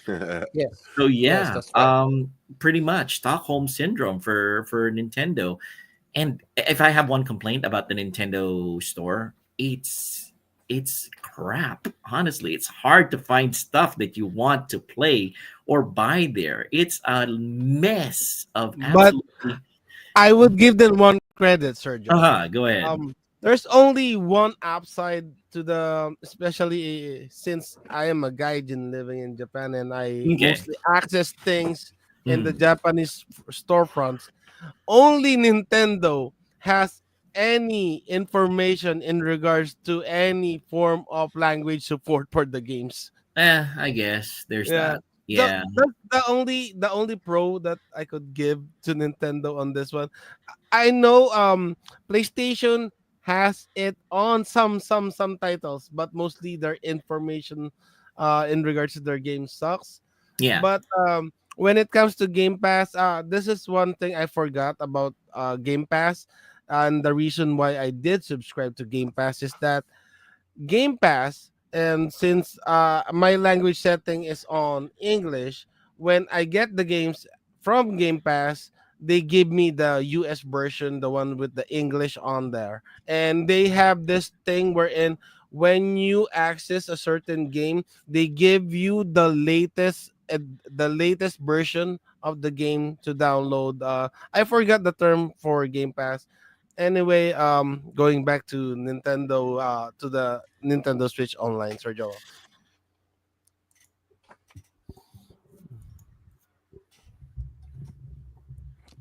Oh, sorry about that. The Nintendo's the Nintendo Switch online service is the most expensive one, which offers the least amount of value. It gives you the illusion of getting value for your money, but honestly, compared to the other guys, they don't. They will milk your wallet for what it's worth while giving you shite. Honestly, it's yeah. I don't even know where to start with Nintendo. I used to love Nintendo, and to a certain degree, I still do. But their business I sense is think getting to the point where their greed is letting themselves get into the Yeah. way of their fun. So yeah. um, Mhm. the Eh, way I see Nintendo at the moment, they heavily rely on their Mm. first party games, and that's a advantage in itself. But Mhm. then again, you can only go so much for relying on every Mario game, Mario, Zelda game, Zelda, Kirby, Kirby, uh, uh, Donkey Kong, Metroid. Metroid, Yeah, Fire Emblem, what else? Splatoon, yeah. Yeah, but Pokemon. that's what the Nintendo fanboys want, though. Yeah, that's true. It's Yeah, their bread and yeah, butter. that's But what they if want. Yeah, you're, because yeah, every but every every console cycle, you're guaranteed a Mario, a yeah, that's Zelda, true. And if, Smash, if that's what a you're Mario Fire looking for, Kart. Emblem. Yeah, if Yeah. that's what you're looking for, Right. then that's what you pay for. That's what you buy. But for some people who want a variety of things, and if you're going to subscribe to something, and like I said, it's actually let's make it three: cost, convenience, choice. Those three things are the factors that you would consider when Three it comes C's. to, yeah, three C's. Sir Well, Joel, three C's. yeah, but Joe goes for the F cups anyway. So There you go. but what I'm saying is good choice of games that are offered to you, choice of features that are offered to you is also very important to some people. Some people will go for Nintendo for the fact that they know what they're getting. Mario, Zelda, Kirby, Samus, all of that. Yeah, sure. But then again, there are some people like here in the West who are looking for one friend of mine, Greg Norris, which who we had in the show, is looking for a good variety of games. It's not just or Darren Griffin, another friend of mine who owns a retro game store. He's a huge gamer himself. He will look they will look for varieties of games. They are heavily into the indie section. And you can argue that Nintendo has a lot of indie games in the Nintendo online store. But again, the convenience part gets in the way. It's utter crap to try to wade through the Nintendo online store and online service for you to find a really good indie game. Whereas for Sony, well, actually, and Microsoft, it's easy to find and featured here right off the bat. But yeah, it's if you were looking for a particular property all the time, you go for Nintendo. If you go for variety, then you go for something else. But yeah, Jose, you do present a good argument on that one. The fact is, people who will buy Nintendo are looking for that particular thing all the time. That's true. Mm-hmm. We got a question here from Sir Daridas. Mm-hmm. Well, what's your favorite Nintendo game series for the panel? That's hard to say. I would say Kirby for the imaginative nature of it. Some would say Mario for the imaginative version of it. And yeah, I would kind of agree with that. But Kirby allows you to kind of think laterally rather than straight through it. Punch through a problem. No. Kirby allows you to think around corners. I would say that's the main feature of Kirby. Mm-hmm. That's How about my Drew? Nintendo Sir property. Drew, Hmm? what is your favorite Nintendo property? First Well, first party. oh, definitely gonna go with Fire Emblem on this one. JRPG Mm. guy. Fire Emblem again. Waifus. How's It's the only logical answer. Second best favorite is the Super Mario RPG series. The whole series I treat it as a whole series, even if it's the Paper Mario, the original Super Mario RPG. Yeah, Yeah. it's the Mario and Luigi RPGs. So Yes. the brothers. Oh, Mario and Luigi's So, are so good. yeah. Superstar Super- Saga. I have to agree. Yeah. Yeah, that one is I good. really like the combat system because it's not just press. It has timing, it has rhythm on it. Mhm. So Mhm. it's like the Shadow Hearts series wherein you time what do you call that, Sergio? The active ring system. Mm. Like Yep. it's like the active ring system wherein you're rhythmically trying to get 99 hits with the jump from Super Mario RPG. That it's a lot of fun. Anyway, it adds spiciness to your normal traditional turn-based RPG battles. How about How about Jose? you, Sir What's Jose? your Go. favorite? I'd probably just have to go just like the regular Mario Brothers because it nostalgia. That's what it is. It's nostalgia, and I still love playing it to this day. The newer ones too. Just the Mario. Sir Jose is part of the problem. Uh, I am. I am. Uh, I've been subscribed to Nintendo Switch Online since day one. So oh, there you go. Now, you've been subscribed to Nintendo Switch Online since day one, Jose. Tell us what the huge advantage is. I've laid out the disadvantages of Nintendo Switch Online. Lay out an argument for its pluses. I don't know if I can. Give a give a valid counter argument to what Sir Richard said down there. Okay. Nintendo slowly lost its image throughout the years. They went from being an innovator to being a greedy giant. I still admire Nintendo, but can't buy a console due to cost. Mhm. You know, that's true. That like Switch 2 is expensive, and Switch Online, it is expensive, and they do hide a lot of the good stuff behind the higher tier. Call it a paywall. Yeah. Yeah, because like if you don't pay the extra, you don't get the 64 games, you don't get GBA, Yeah. you don't get GameCube. Genesis, and I'm pretty sure GameCube is going to be behind that wall too. Mm. Well, And then two, You can bet your bottom dollar on that one. Yeah. and then just even any Nintendo Switch Online, you cannot buy these controllers from the Nintendo store online Yeah. without being a subscriber. Oh, my goodness. Yeah. So I can't make an argument for it, but I want it, so I get it. So yes, Yeah. like Yeah. Sir Joe that's the said, bottom line. Yeah. I'm part of the problem. Now, in the end of it, though, you get what you like, and that's perfectly fine. Yeah. It's really something that nobody can take it away from you. It's your money. You can spend it how you like, and as Yeah, long as you Sir enjoy it. Joel, I'll spend it like I want. Yes. There you go. But yes, I even Jose has a hard time defending Nintendo Online service. So yeah, I would say if we were to rank the services, it would go in the way that we described it in the show so far: Xbox, Sony PlayStation, Nintendo. I would say that would be how it goes. Yeah, I would agree with that one. Yeah. So yeah, Nintendo, you're kind of losing the script here. But By the way, Nintendo is holding its track record when it comes to consoles. They're like, they release a good selling console, then they release shite, then Yeah. they release a good selling console, then release shite. Then yeah, just when you think they could do no wrong after releasing the Nintendo it's kind of like Switch. the Star Trek movies. The odd numbered movies are really the even numbered movies are really good. The odd numbered movies are bad. Like that. So so yes, yeah, I would say that that's the ranking. The way that it's ranked right now. Subscription wise, yeah, but still, I know. You go for what you like, and Jose goes for Nintendo Online because it serves his purposes, and that's perfectly fine too.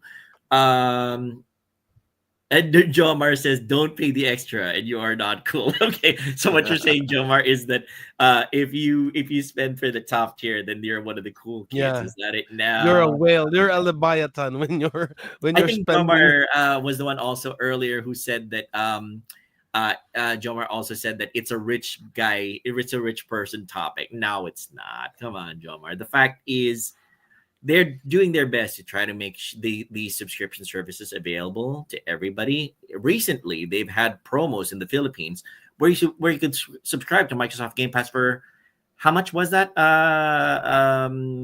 Joe, I think it was 100 pesos for the month or something, and you could try it Yeah. out. And a lot of us timeless gamers got to try it in the Philippines too for 100 pesos, and they really liked it a lot too.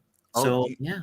Your Nintendo Switch Online, the family one actually has a cool thing where you can invite anyone to be part of your family. Yes, there's Like that. they don't have to live with you. So honestly, if you get you and 7 of your friends, you guys can split the cost. Yeah, And that's $10 a year. that's true. That's true.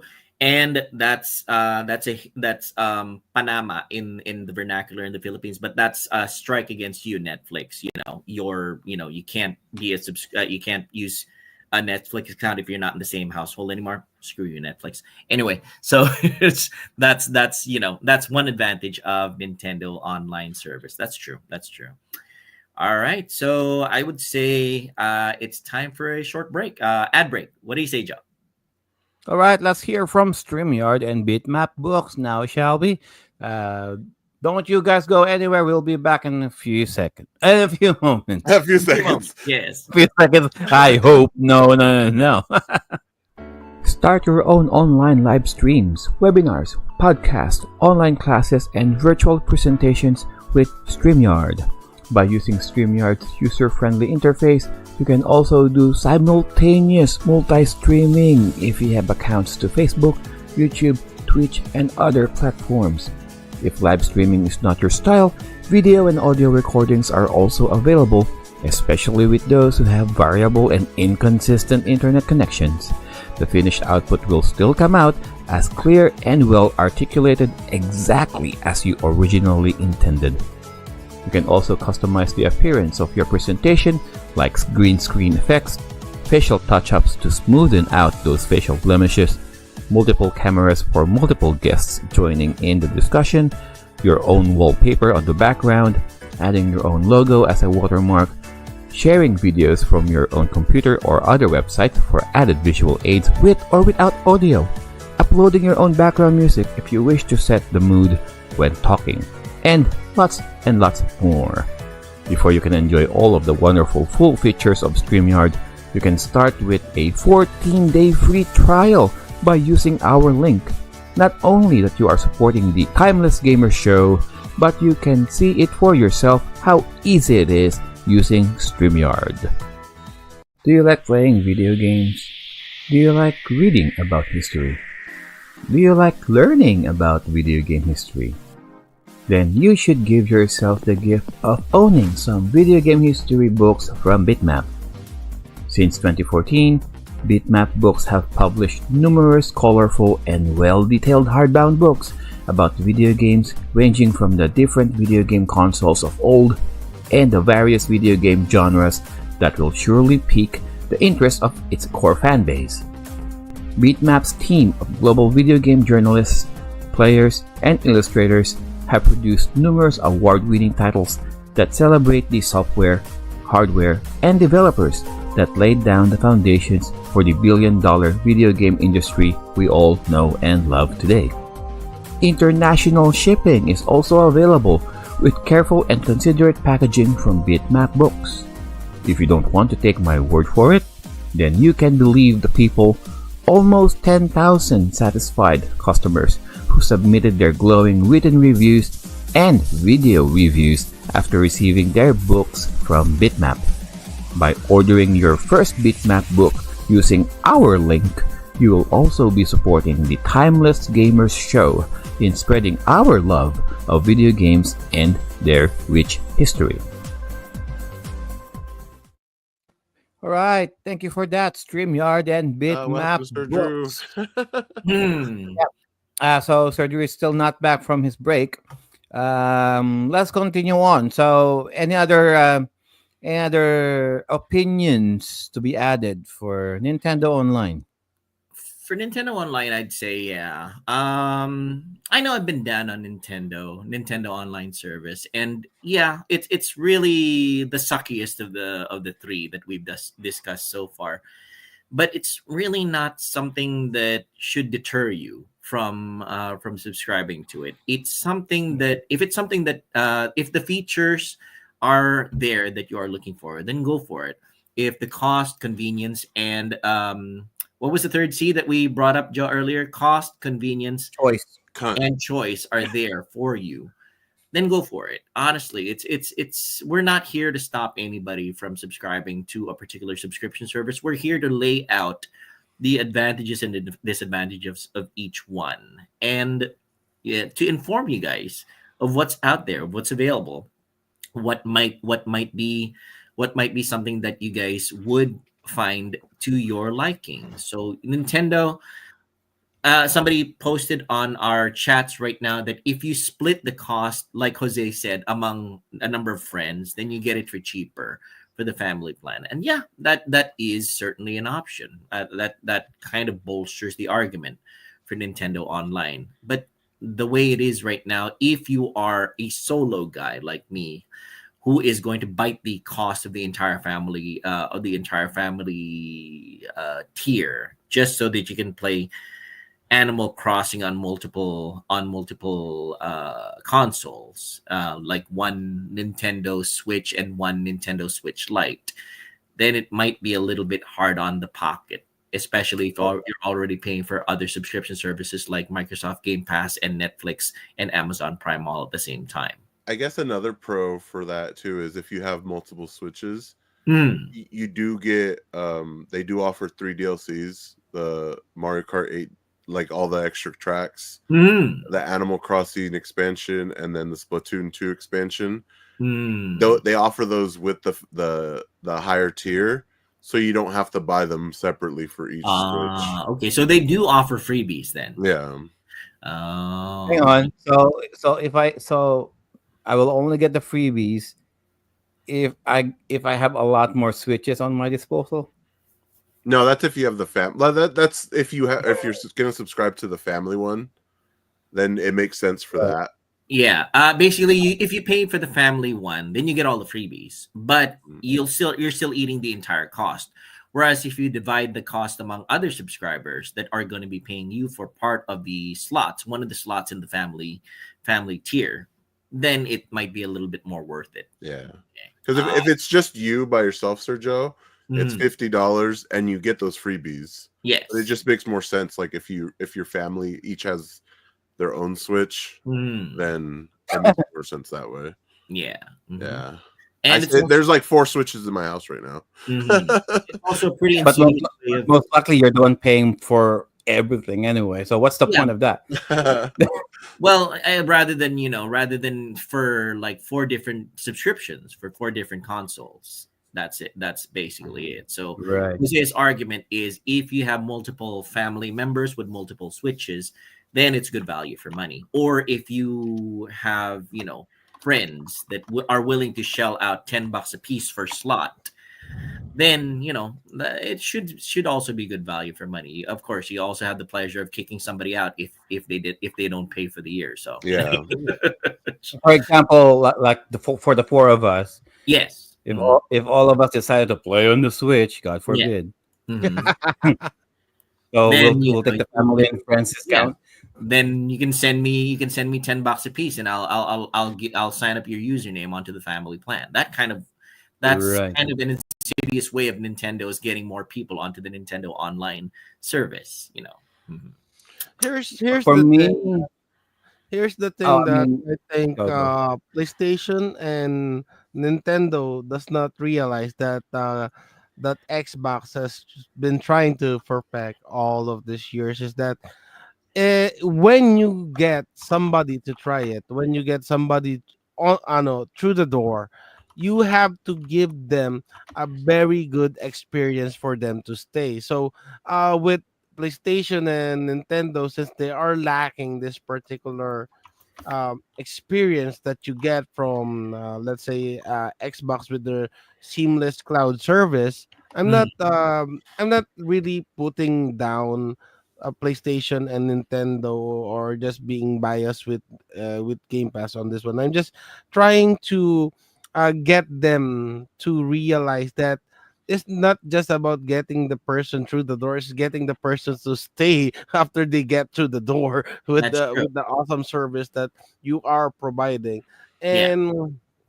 And most people, especially guys our age, do realize that this is not a permanent thing. If we don't really have that disposable income to be able to afford all of these services, we would just be choosing one, and we're gonna be choosing the one that gives us the most value, the one that we really use on a daily, monthly basis, and something like that. So, yeah. Anyway, hoping that they do improve on the subscription services. And anyway, that's the thing that I just wanted to I, add. I, Let me I'm, just- yeah, Drew's argument doesn't kind of doesn't work on me because I have the most basic ones of each of Microsoft, PlayStation, and Nintendo. But this his argument kind of works. I have the most basic ones of all 3 platforms except for Microsoft because the one that I saw the most value in is the one that I spent the top money on. The one that the one that I was forced to pay for the PlayStation Plus Essential, the most basic one, because I wanted to keep the old Plus games that I collected all those years, ever since I started off on PlayStation Plus. Because if you stop paying for PlayStation Plus, you lose access to them. So Oh, I'm really? yes, yes, I'm yes. forced to pay for What years. the? for the most basic PlayStation Plus tier, because I want to still access my old PlayStation Plus games. What? Yeah. Now, I pay for Nintendo Online because of the fact that Alexandria plays Animal Crossing. So, for her to maintain her Animal Crossing, I completely forgot. There's a reason for that, but I paid for the basic of it, and of course the chance that I get to play the Koei games on the Super NES emulator inside of the Switch right now. That's worth the money. But yeah, yes, Joe, you had a question. How old So am I? for the for the sake of the argument, let's just say I bought and downloaded Senran Kagura Mhm. Volleyball Extreme. Okay, and for some reason I stopped paying for the PSN Essential, whatever. Mhm.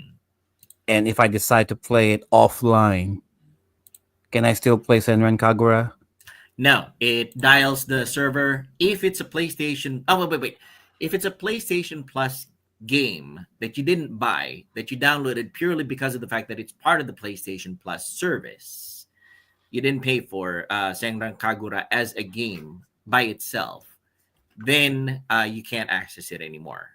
But if you bought Senran Kagura digitally by itself as its own game, as a product, with or without PlayStation Plus, you can still access it, basically. Hmm. I need to check.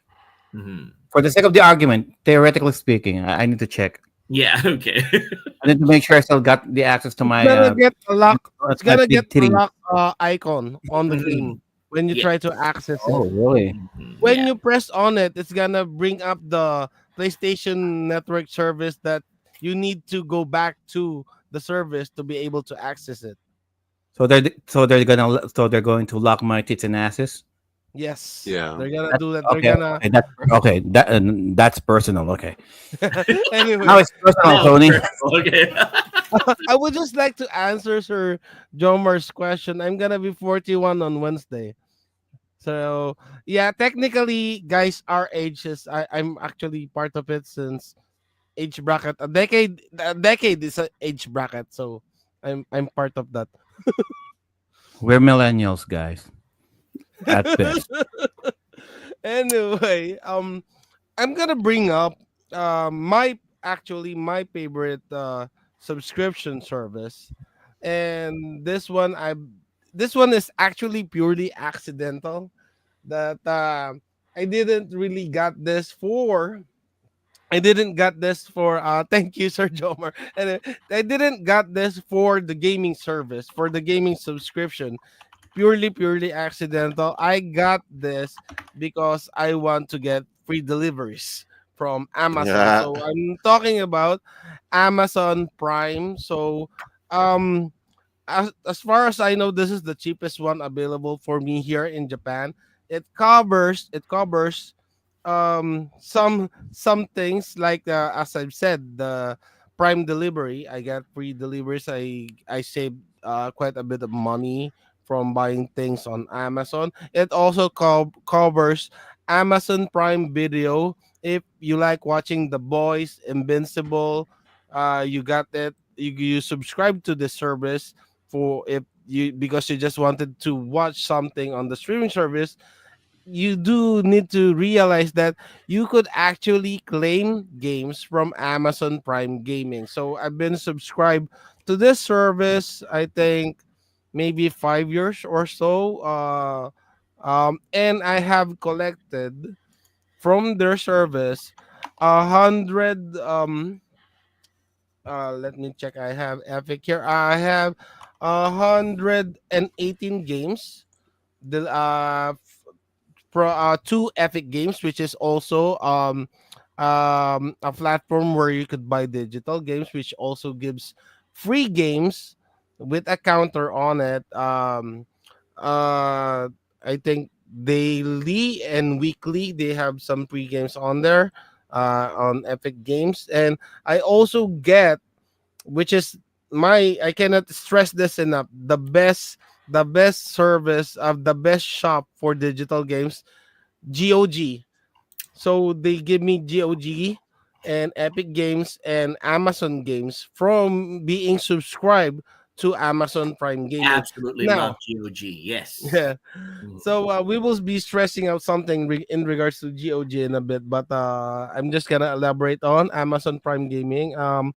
So it gives games on different platforms on Legacy, GOG, um, Epic.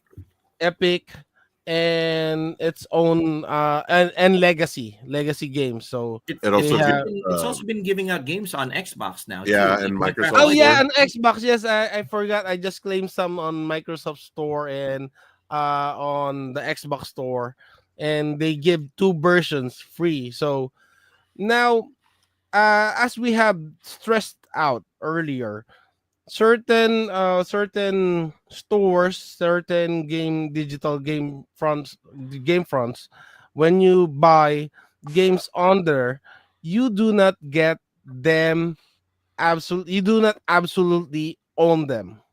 But when you get your games from GOG, you could actually possibly physically own them. And what when I say this, even though you are getting it digitally, they GOG does the one thing that the other services do not provide. They would let you download the offline installer for these games. So what this means is you could download the offline installer perpetually or until GOG closes down. But Absolutely. That is the deal breaker here. We're talking yeah, like if you own technically your digital game, really. so you could download, what you could do with this, you could download the offline installer, place it on a USB drive, hard disk drive, on your computer, any physical media device that could store data on you, and that would be the physical copy that you could hold perpetually. You could copy it. It has the license for you to own it, and you could put it on any device that has a Microsoft OS operating system on it.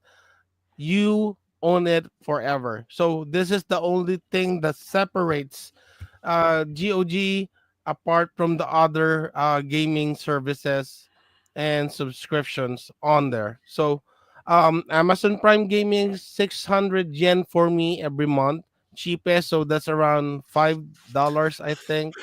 So really, really cheap. Gives you Amazon Video, gaming, and deliveries. I forgot what it's called, what it's properly called. Anyway, really cannot stress enough how much I love GOG, and what such how it transformed buying a game digitally into something that you could physically own perpetually, as long as their services is still up, or as long as the installer is in your devices. Yes. Okay. I Completely hope agreed I with that one. You, Drew, me, JDM, we're all huge GOG advocates because of the fact that GOG stands apart from all the other digital storefronts in one of their basic two basic things. Number one, they strive to make sure that everything that they sell is DRM free. And number two, yes. that your offline installer will always be available to you. And a slightly smaller aspect is that they also strive to make sure that their installers are also available on Linux. If you are on the Linux operating system, they are doing their very best to make sure that their installers are also compatible with Linux as well. But yeah, And they have an amazing UI as well. When you open up GOG, you could see the all the game covers properly lined up. I think up to 100 on the page. Really, really awesome to look at. And yes, as Richard Ryan Ortega said, and they have been an advocate for game preservation, and they are the only one that I believe when it comes to game preservation, because of this thing that they did. And hopefully more storefronts actually offer this, If they don't, then more power to GOG. And if ever I do actually buy a game digitally, I would go for GOG as long as it's available on them. Um, Sir Jose, GOG or Amazon Prime Gaming for that matter? Um, I'm just gonna basically say what Sir Drew said. Amazon Prime, really good deal. Not only do you get the shipping, you get the video, and you get all these games for multiple platforms for free. And it's funny because like I'll get games that I already have, and usually those games I'll just send them to Miss I, so she can have them. So usually they're GOG games. I'll be like, here, because I know she loves GOG too. And or if it's like an Xbox game I already have, I'll be like, here, you can redeem this. You can have this. So it works like if you have friends who need codes too, you just send them over to their way. Like I'm looking at it right now and I'm like, there's a couple I'm probably gonna send her right after this. Um GOG, I heard of GOG when it first started, and I never really got like what it was, and then I started to jump in, and I've been buying games there because sometimes there's only games that you can get from GOG, which I love, and then like the first 3 Resident Evil games are on GOG, and there's nowhere else you can get those at the moment. So I bought those from there. So GOG is a really good uh platform to get games from, and like you guys said, offline installers, all that, you could just have it forever. Hmm. Also, I sometimes there's a game I have on Steam that I buy on GOG out of principle because I want the game preservation initiative to keep going. Mm-hmm. The fact is, I want this game to be preserved in a DRM free manner so that people at GOG will know and the publishers will know we'll pay because we want to own our games and we want that game to be preserved for all time. We don't want it suddenly disappearing into a memory hole just because somebody lost the rights to it or something like that. So that's one of the things that GOG has been fighting for very hard, like the copyrights portion of games, because once a game loses its copyright, it can't be published anymore. GOG has worked hard to try to preserve that, to try to find the copyright owners and make sure that they are compensated properly for the licensing of those games that have been lost to time. So yeah. Mhm. One prime example of this is Scott Pilgrim.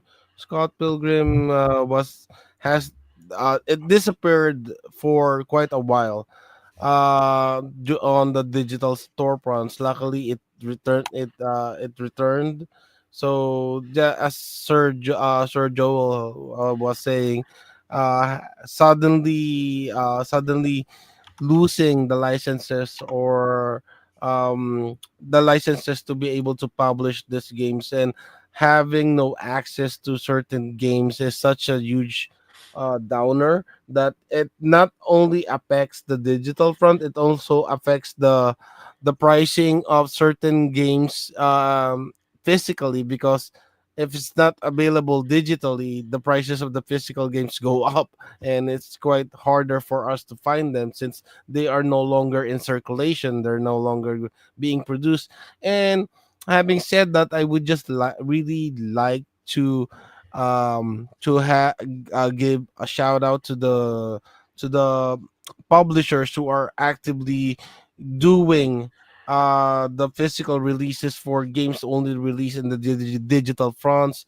Like the I know this guys are releasing games somewhat overpriced because these are being released in limited quantities, like limited run games, super rare games. And luckily Japan also has this in the form of super deluxe games, which is, I think, the counterpart of LRG, I think, of on Japan. So I was planning on getting the Castlevania releases. Luckily, they're gonna be releasing a much cheaper version here, for in the way of Super Deluxe games for the Dominicus and the Advanced Collection.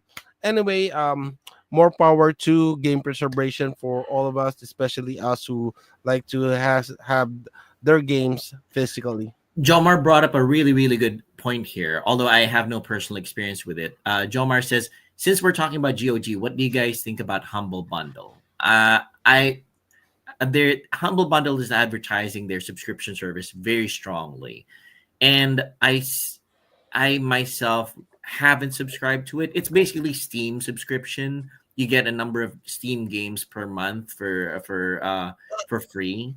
But yeah, I don't see the value of it because Steam has enough sales on spring, summer, winter, and fall anyway. That the games that I want, I get for cheap anyway off of Steam. And the Humble Bundle, they have some good games that they give out, but that's not necessarily the games that I want on a subscription service. That's the thing. So it's a nice concept, but it's kind of redundant when you stop and think about it, Jomar. I don't think I'd go for the Humble Bundle subscription service.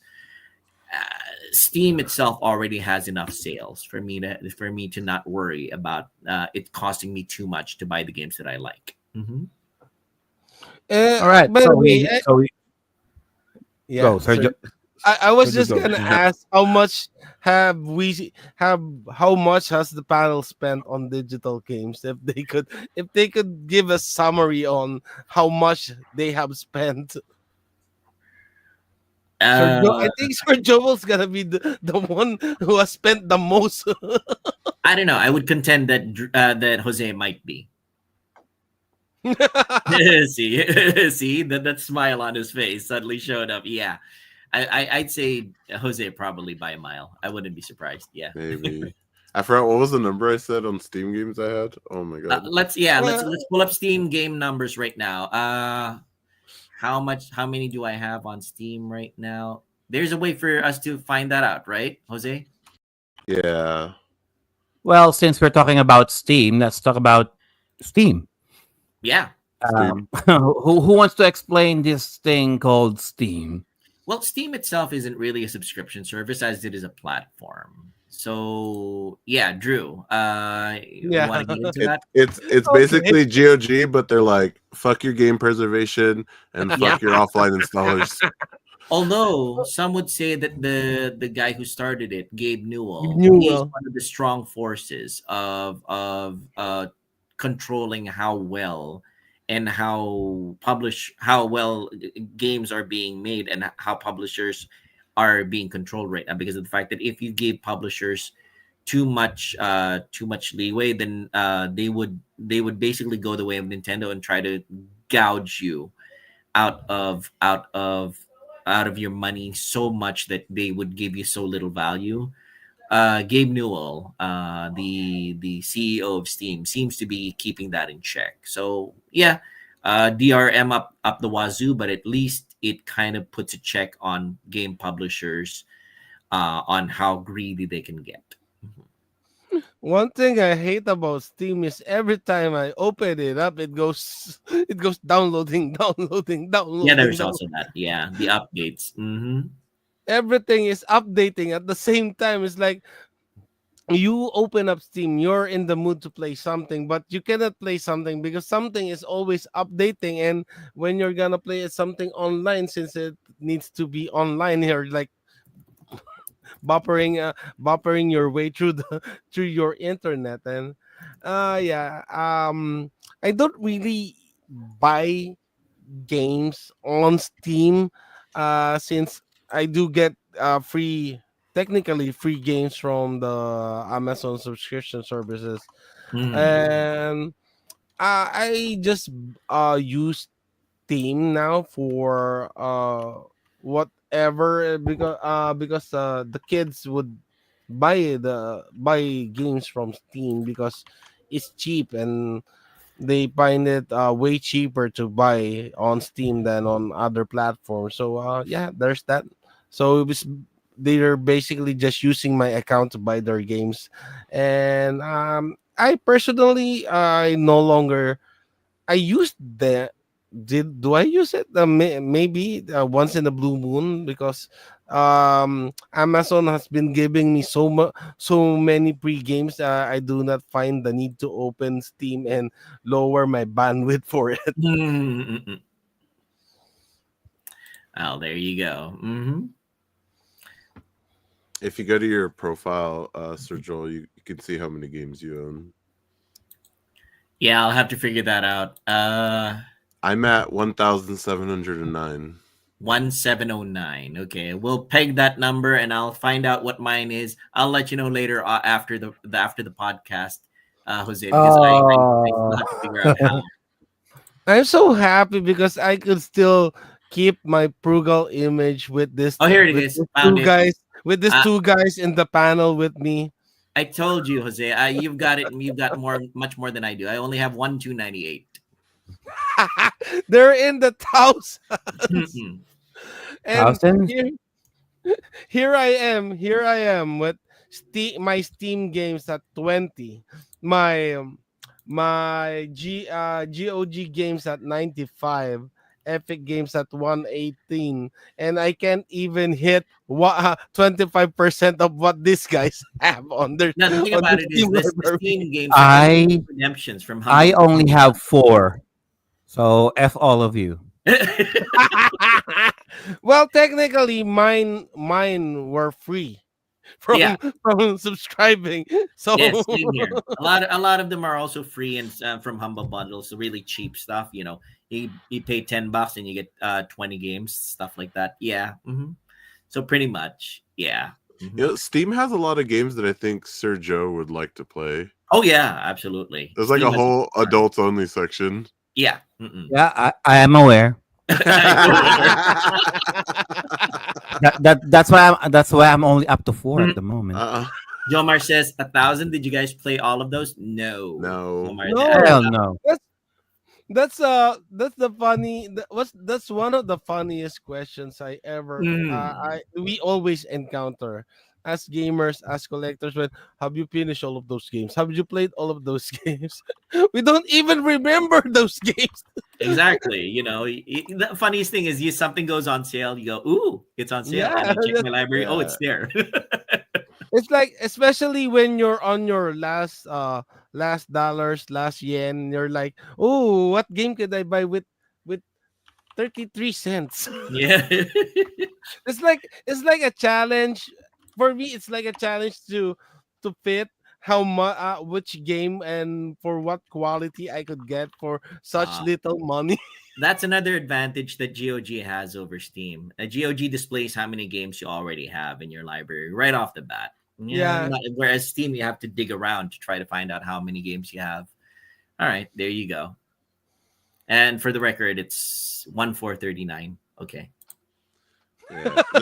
There's that website that's How Long to Beat. Oh, How Long to Beat? Yeah. And you can put in your Steam ID and it'll tell you. It says that it'll take 1,249 days and 21 hours to beat all the games in my collection. That's not factoring in sleeping, pooping, and about the only way that you can do that is to do VR. Like, the Sword Art Online, you put your headset on and you just sleep and the games are playing while you're but now that's what 50 years in the future. Anyway, I think we've got a pretty good roundup of summary, shall we say, of the subscription services that are available to us gamers and to us collectors. Drew, show captain. So, which subscription / platform do you guys recommend to wrap things up? Let's start with Sir Joel. No question about it. It's Microsoft Game Pass. Best value. Sure, it's a little bit expensive, but with the money that you shell out for it, you get so much value for it, both on console side and PC side. Cloud gaming, stable cloud gaming, and honestly, it's the only downside to that would probably be for Jaw. It doesn't have enough Eastern style games, but it does have it every now and then. But otherwise, gaming wise, overall value can't be beat. Microsoft Game Pass. If you can go for the ultimate, go for the ultimate. But even the most basic level, the core version, I think that's called, you still get tons of value for it, honestly, by a mile. And Sir Jose, which one of these services slash platforms do you most recommend? I'm gonna have to go with Sir Joel. Xbox Game Pass Ultimate is the best deal as far as platform. GOG does good things, but Steam has like the best sales all the time, year round. Mm-hmm. So True. if you're looking to build up that collection that you're never gonna play, that's the best place. Yeah. I mean, it's there for when you want it. Exactly. Yeah. And it's dumb not to buy the $2 game when it's going to go back to being like $30. Steam is the master of FOMO. Yeah. Mm-hmm. Yeah. Yeah. All right. And before I gave it to Sir Joe, my closing on this is if you want the instant gratification of having an instant collection, go for Game Pass. Really awesome value, especially if you have a PC and you don't really like going through the store, picking up a game and buying a certain game. You have just enough money for a subscription and you want to experience the most out of that subscription, go for Game Pass if you have your PC or your Series X. And if you are like me, if you're a really, really patient guy, you just don't really mind and you're not into the instant gratification, go for Amazon Prime Gaming. You're gonna be building up your gaming library and you're not even gonna notice it. That it this I got it for 5 years now, got around close to 400 titles on my account. So really awesome value right there if you're the patient kind of guy or gal. Anyway, Sir Joe for the closing. I am a gamer with a very specific set of needs. Okay. Tits and ass. Tits and ass. So, tits and ass. Cakes. And unfortunately, Game Pass doesn't really cut it. Okay. Amazon is too tame. Nintendo even tamer. All right. PSN, sure. PlayStation, that goes without saying. Okay. Steam, there's a dedicated place for me over there. But how about we read Sir Richard's take on this? Steam has an option to let you play other games while affected games are being updated. However, it will limit your performance. Proud Steam and GOG user, and here's a summary. Steam is perfect if you want updated games in a single platform. However, you only have the license to play those games, not owning them. GOG is perfect for collectors who want the nostalgia to play games and being updated for free. However, please exercise patience in re-downloading the games from your account. There you go. That's Excellent. that was from Sir Richard Ryan Ortega. Yeah. So if buying your games is not really owning, then GOG. Yeah. And sailing the seven seas is not a problem. Yeah. Not a problem. See if GOG has it for free. Download that shit, and then make a physical out of it. Oh yeah. Actually, some people do that. Some people tend to do that. So that they can archive it and make sure that they have it for posterity's sake. It happens. Mm-hmm. All right. And dear Microsoft, we need more big asses and titties. All right. Yeah. For a Western company who prides themselves with big effing guns. Mm-hmm. Okay, not enough tits and ass, unfortunately. Oh, I'm sorry. Oh, violence is okay. They have the most tits on their guys. Have Right. you seen Gears of War? No, I'm just saying, guns are okay, but tits and asses, oh yeah, that's where we draw the line. Yeah, We because here in Microsoft prides ourselves for being such a very wholesome company. Okay, because they advocate body positivity. What can I say? body And positive, lots of gore. Lots and lots of gore. Yeah. lots and lots of gore. Because if you show what you're looking for, Joe, then somebody's gonna get insecure and can't hurt somebody's feelings. Come on, that's just being offensive and oppressive Yeah. of you. If you're Joe, not you are being hurting an oppressive anyone's guy. feelings, you're not doing it right. You are being a bigot, Joe, by showing those TNA because of the fact that somebody's feelings are gonna get hurt. Come on, And you're gonna do get hit better. with tariffs. Do better. Hashtag Joe is a gaming racist. All Yes, right, exactly. let's close this episode, guys. That's a show, guys. So we have given you just a quick rundown of some of the video gaming subscriptions available out there at the moment. So we will close it here with our shameless plugs. Let's start with Sir Jose. Sir Jose, where can they touch your grass? You guys can find me on any social Dark Gothic Fate, any gaming platform. I'm also Dark Gothic Fate on everything, on Steam, GOG, all that stuff. If you guys want to add me. All right, thank you for that, Sir Jose, and of course, Sir Joel. Where can they touch your grass? All right. You can find me streaming every now and then on twitch.tv under Banyaga Native Kick. I'm trying to get back into that. Recently, I've been thinking about streaming the Need for Speed Carbon game on PlayStation 3. Hopefully, I'll get to that sometime in the future. Recently, I started off a game of Crime Scene Cleaner, like I said, that came up on Game Pass. Basically house flipper, but cleaning crime scenes. I'll probably stream that on Twitch as well. Hashtag FUFB. And here on Timeless Gamer all the time, as much as I can, as long as life doesn't get in the way. Back to you, Joe. All right, thank you for that, Sir Joel, and of course, Sir Drew. Where can they touch your grass?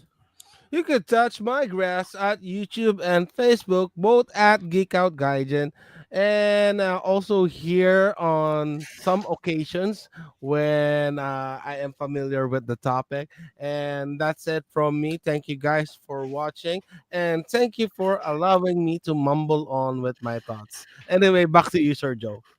All right, thank you for that, Sir Drew, and a quick shout out to the chat members down there.